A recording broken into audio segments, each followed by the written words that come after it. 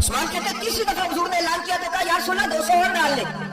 سنو سخی کس کو کہتے ہیں؟ حضرت عثمان غنی رضی اللہ تعالیٰ نے فرماتے ہیں میرے پاس کل خرچہ میرے پاس 800 فوجیوں کا تھا, میں سارا کچھ بھی گھر سے لے آؤں تو 1000 میں پھر بھی پورا نہیں کر سکتا تھا.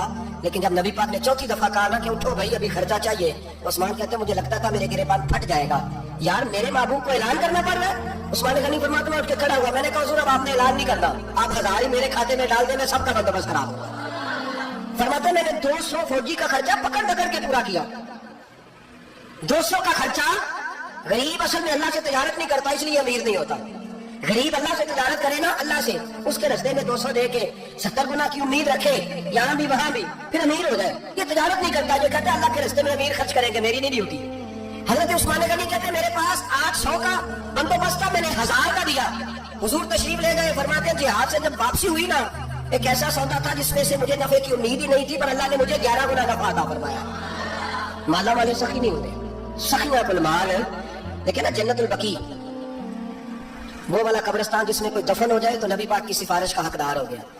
وہ والا قبرستان جس کا نام ہی جنت ہے, وہاں نا ایک یہودی اپنے جانور باندھا کرتا تھا. تو سرکار ایک دن اس طرف گئے تو واپس آئے, حضرت عثمان غنی قریب کھڑے تھے. نبی کریم صلی اللہ تعالی علیہ وسلم نے فرمایا عثمان اس جگہ کی طرف ذرا چکر لگانا, جگہ بڑی اچھی ہے. عثمان غنی گئے, جگہ خرید کے واپس آ گئے. حضور نے فرمایا ہوا ہے عرض کی حضور خرید آیا ہوں. فرمایا میں نے تو چکر لگانے کا کہا تھا. کہا یا رسول اللہ آپ نے یہ بھی تو فرمایا تھا جگہ بڑی اچھی ہے, تو جس کو آپ نے اچھا کہہ دیا یہودی کے پاس تو نہیں رہنی چاہیے, تو میں نے خرید دی. شرم ہو جاتی لوگوں کو. حضرت عثمان کے بارے میں بات کرتے ہیں, جس قبرستان میں سیدہ پاک بی بی صاحبہ حضرت فاطمہ زہرا آرام کر رہی ہے, وہ زمین حضرت عثمان نے تحفہ دی ہے. حیا نہیں آتی بات کرتے, شرم نہیں آتی؟ یہ صدقہ سیدہ فاطمہ کا ہی ہے, انہیں کے لیے اللہ نے تحفہ دیا, اور اس کے پیسے حضرت عثمان غنی نے ادا کیا. پھر اس قبرستان میں سیدہ پاک نے آرام کیا, پھر اسی قبرستان میں عثمان ابن مسعود نے آرام کیا, پھر اسی قبرستان میں حضرت حلیمہ سعدیہ لیٹی ہوئی ہے, اسی قبرستان کے اندر نبی پاک کی زوجہ سیدہ عائشہ آرام کرتی, پھر اسی زمین پر میرے محبوب کے پیارے نواسے امام حسن آرام فرمایا. حضرت عثمان غنی رضی اللہ تعالیٰ عنہ کے بارے میں بات کرتے میری زبان نہیں کامتی, ان کو بات کرتا ہے جن کے تحفے اہل بیت نبوت نے قبول فرمائے اور وہاں آرام کرنا انہوں نے پسند کیا. اتنا بڑا جرت بند ہو گیا تو حضرت سیدنا عثمان غنی رضی اللہ تعالیٰ عنہ سخاوت کی تو کمال کر دیا حضرت عثمان غنی, اور پھر ضرورت سے زیادہ پیسے دے کے. وہ کنویں کی بات بڑی معروف ہے, میں نے بس اشارہ کرنا ہے. نبی پاک نے بھی اعلان کیا تو بڑا ہی اعلان کر دیا, فرمایا وہ میٹھے پانی کا کنواں ہے, قبضہ یہودی کا ہے, جو بندہ خرید کر وقف کرے گا نا اسے کیا ملے گا؟ تو حضور نے فرمایا میری جیب میں جنت کی ٹکٹ ہے, میں اسے جنت دے دینی. یہ ہے عرض جنت, یہ طیبہ کی زمین ہے, جنت بھی یہی, مال کے جنت بھی یہی ہے, جنت لے لے مجھ سے, لے لے. حضرت عثمان غنی گئے, اس کو کہا بھائی کنواں میرے ہاتھ بیچ دے. کنویں کی قیمت تھی 500-700 دینار. حضرت عثمان 500-600 دینار کل کنویں کی قیمت تھی. جناب عثمان غنی گئے, یہودی کو پتا تھا کہ یہ خریدنا چاہتے ہیں. فرمایا یار یہ کنواں بیچ دو. کہنے لگا نہیں بیچنا. فرمایا قیمت منہ مانگی. کہنے لگا قیمت میری مرضی کی. کہا تمہاری مرضی کی, اپنی اپنی اوقات ہوتی ہے نا قیمت لگانے کی, تمہاری مرضی کی. کہنے لگا میری شرط ہے میں ایک دن کے لیے کنواں دوں گا, ایک دن میں ایک دن آپ. فرمایا یہ بھی منظور ہے. کتنے پیسے؟ اس نے کہا میں 3000 دینار لوں گا, 500-600 کا. حضرت عثمان غنی فرمانے لگے تو نے اپنی اوقات کے مطابق 3000 مانگا, میں 40,000 لے کے آیا تھا. اپنی اوقات کے مطابق مانگا, 40,000 دینار میری جیب میں. یہودی کہنے لگا عثمان تو تاجر ہے, اور عام تاجر نہیں, عالمی سطح کا تاجر ہے. لوگ تیری تجارت کی مثالیں عرب میں دیتے ہیں, پر 500-600 کا کنواں 40,000. فرمانے لگے مسئلہ کنویں کا نہیں, مسئلہ مصطفیٰ کے فرمان کا ہے. وہ جو حضور کا فرمان پورا کرنا ہے نا, اس کے لیے 40,000 تھوڑے ہیں, میرے پاس ہے اتنے سے لے کے آیا ہوں. حضرت عثمان نے پیسے چکائے, اس نے کہا ایک دن پانی ملے گا. فرمایا منظور ہے. وہ ایک دن بیچا کرتا تھا پانی. حضرت عثمان نے اعلان کر دیا جو میرا دینا ہے نا فری پیو, اپنے بھی پیو, بگانے کا اعلان کوئی نہیں کرنا, میرا کوئی پروگرام نہیں. لیکن آپ مطلب ہلکا ہلکا ایسے ایسے دیکھیں گے, سوچیں گے, غور کریں گے, او بھائی پیسہ بھی بانٹنے سے. چلو بولو تو صحیح نا, اس پر بھی آپ وہاں بھی تو بڑھے نا, سچی بات کر تو لینی چاہیے نا. چلے عمل آپ 2 سال کے بعد کر لینا, 6 سال کے بعد کر لینا, پر ہاں نہ تو صحیح کرے نا. پیسہ بھی ہمیشہ بانٹنے سے. مولا رومی رحمۃ اللہ علیہ فرماتے ہیں کنویں سے سارا پانی نکل جائے تو تازہ آ جاتا ہے, اور اگر پانی کنویں کے اندر رہے سارا ختم نہ ہو تو باسی ہو جاتا ہے. اس لیے فرمایا کرتے تھے میں اس کنویں سے پانی پیتا ہوں جس میں رش زیادہ ہوتا ہے, لیکن وہاں سے پانی ختم ہوتا ہے تو تازہ آتا رہتا ہے. فرماتے تو اللہ کے راستے میں سارا خرچ کر دے, اللہ تازے عطا کر دے گا اور پہلے سے زیادہ عطا کر دے گا. میرا آپ کا مسئلہ یہ ہے کہ تجارت بندوں کے ساتھ ہے. بندوں کے ساتھ جو تجارت ہے نا, بندے کنجوسی کر جاتے ہیں. بندے کا تو صحیح کام چل جائے تو پارٹنر کو فارغ کر دیتا ہے, یا تو فارغ ہے. اور اگر کبھی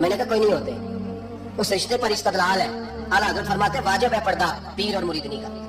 یہ پردہ واجب ہے. اگر کوئی شخص اس طرح بے پردہ بیٹھ لے گا, بیچ میں بیٹھے گا, تو اس کا تو مرید ہونا ویسے ہی حرام ہے, جائز ہی نہیں. یہ سارا دن طویل دھاگے کے لیے بیٹھا رہے اور بیویوں سے گفتگو کرتا رہے. خدا را حضرت عثمان غنی رضی اللہ تعالیٰ عنہ کی زندگی میں جو باتیں ہمیں بہت زیادہ ملتی ہیں, ان میں نفاست ہے, آپ کی حیا ہے, سخاوت ہے. ایک بات اور سن لیں, بڑا ستایا گیا حضرت عثمان غنی کو, پراپیگنڈے کیے گئے, آپ کے خلاف مہم چلی. عبداللہ ابن سبا نے بڑی مہم جوئی کی آپ کے خلاف. یہودیوں نے مسلمانوں کا روپ دھار کر بڑا آپ کو ستایا, تکلیفیں دی. یہ آپ اپنے رشتہ داروں کو بڑا دیتے ہیں, فرمایا کرتے تھے جیب سے دیتا ہوں, مال خزانہ سے نہیں دیتا. حضرت عثمان غنی رضی اللہ تعالیٰ عنہ کو بڑا ستایا گیا. یہ واحد خلفائے راشدین میں خلیفہ ہے جن کا 40 دن پانی بند کیا گیا, کھانا نہیں آنے دیا. لیکن کمال ہستی حضرت عثمان غنی کی. مولا علی جیسے شیروں نے جا کے کہا آپ اشارہ کریں, یہ جو آپ کے خلاف نکلے ہوئے تو ایک تلوار سے مار دیے جائیں گے. تو حضرت سیدنا عثمان غنی فرمانے لگے میں وہ والا میڈا نہیں بننا چاہتا جس کی وجہ سے مدینے کی گلیاں رنگین ہو جائیں. امن کا کہا خلافت چھوڑ دیں. فرمایا حضور نے کہا تھا اللہ تمہیں ایک قمیض پہنائے گا, لوگ اتارنا چاہیں گے, تم نے اتارنی نہیں. صبر سے, حوصلے سے, اطمینان سے. یہ وہ واحد ہستی ہے حضرت عثمان غنی. انہوں نے شہادت قبول کر لی لیکن تلوار نہیں چلنے دی, لوگوں کو ایک دوسرے کے گلے نہیں کاٹنے دی. وہ شخصیت ہے حضرت عثمان غنی کی, لیکن بڑا ستایا گیا, بڑا پراپیگنڈا. مجھے بتائیے اس کے بارے میں اللہ قرآن کی آیتیں نازل کر دے, اور جس کے بارے میں مصطفیٰ کریم ایک بار نہیں تین بار جنت کے بشارت عطا کر دے. کوئی بندہ ہمیں تاریخ بتائے, حوالے دے, کہانیاں سنائے, تو ہم اس کی کہانیاں دیکھیں گے یا نبی پاک کا فرمان دیکھیں گے؟ بولے جا کے, بولے جا کے. کسی کہانی پر کبھی بھی کان, بس ایک حدیث میں نے بڑی دفعہ سنائی ہے, پھر سناتا ہوں, ترمذی میں ہے. نبی پاک جنازگاہ تک گئے جنازہ پڑھنے, یا رسول اللہ فلاں آدمی انتقال کر گیا, جنازگاہ تک تشریف لے گئے جنازہ پڑھانے, لیکن جنازگاہ تک پہنچ کر محبوب نے فرمایا اس کا جنازہ نہیں پڑھانا. یا رسول اللہ کیوں؟ فرمایا اس لیے کہ یہ عثمان غنی سے بغض رکھتا تھا, تو حضور تو اس کا جنازہ نہیں پڑھتے. خبردار کسی داستان پہ کان نہ دھرے, عقلیں دوڑاتے پھرتے ہیں لوگ, ایسے ہوا تھا تو ویسے ہوا تھا, تو اس نے کہا تھا تو اس نے کہا تھا. ہمیں اس کی نہیں خبر, ہمیں تو مصطفیٰ کا پتہ ہے. جو حضور نے جن کی شان بیان کر دی, ان کی شان پر ہم کسی تاریخ کا حوالہ مزید ضرورت محسوس ہے, بس اپنی طبیعت میں سادگی اور صفائی پیدا کریں, سخاوت پیدا کریں, حیا پیدا کریں. یہ حسن ہے. اس حسن کو حضرت عثمان غنی نے تقسیم کیا ہے. اللہ سمجھنے کی توفیق عطا فرمائے. آخر دعوانا